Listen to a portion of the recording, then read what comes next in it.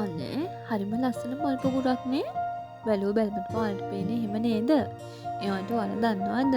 මගේ අතේ තියෙන මේ ලස්සන මල් පොකුර, ටියුලිප් මල් පොකුර මීටත් වඩා ලස්සනට හැඩ කරන්න පුළුවන් කියලා. ඔව් ඇත්තටම පුළුවන්.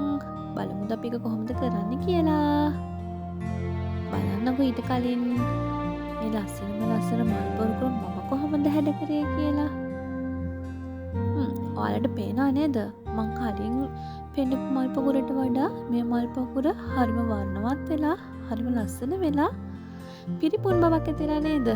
මෙතන නම් මල් ටිකක් වැඩි තමයි. ඒ වුණාට කලින් පෙනුනට වඩා හරි ඇත්ත මලක පෙනුමක් ඔයාලට මේ ටියුලිප් මල් වල පේනවා නේද? බලමුද අපි ඒක කොහොමද කරන්නේ කියලා. පුංචි වැඩයි කරන්න තියෙන්නේ. මොකද අපි මේ හදන්න පෙප්ලින් වලින් මේ ටියුලිප්ස් හදන්නේ. ඉතින් ඒ වගේ තියෙන අර පාට ෂේඩ් වෙච්ච ඒවා නැහැ. ඔයාලට පේනවද? මේක තමයි මම ඔයාලට කලින් පෙන්නපු මල. මොකද පයිප්ලීන් වල තියෙන එකම පටියේනේ පාට අර කවලම් වෙලා. එහෙම අර හදන්න බෑ මලේ එන විදිහට.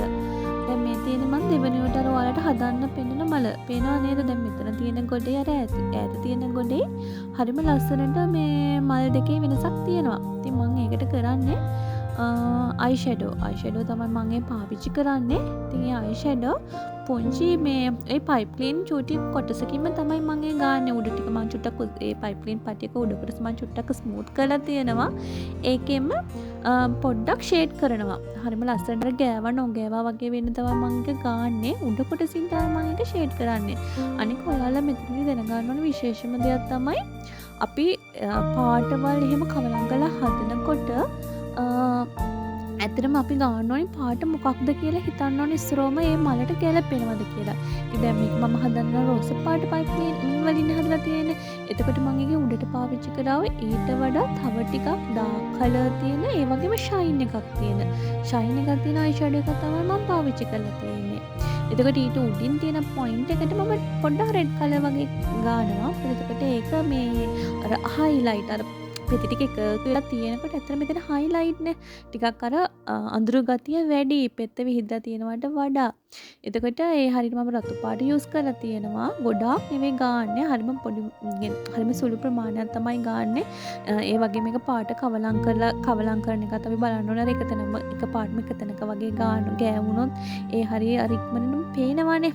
එහෙම නැති වෙන්න ෂේඩ් වෙන විදිහට කලර් එක හරි ලස්සන ගාලා තියෙනවා. ඒ වගේම තමයි අර මැද එක ඉවර වෙන හරියෙත් ඔයාලට පේන්නේ මම කරන විදිහ.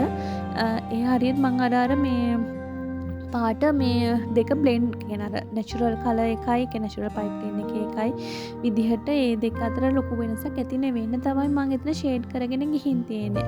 ඉතින් බලන්නකො එහෙම කරාට පස්සේ තියෙන අවසාන මේ මලේ නිමාව කොහොමද කියලා. ඇත්තටම ලස්සනයි නේද? අර ඇත්තම මලක් විදිහට තියෙනවා. ඉතින් ඒක තමයි මම කරන ක්‍රමය.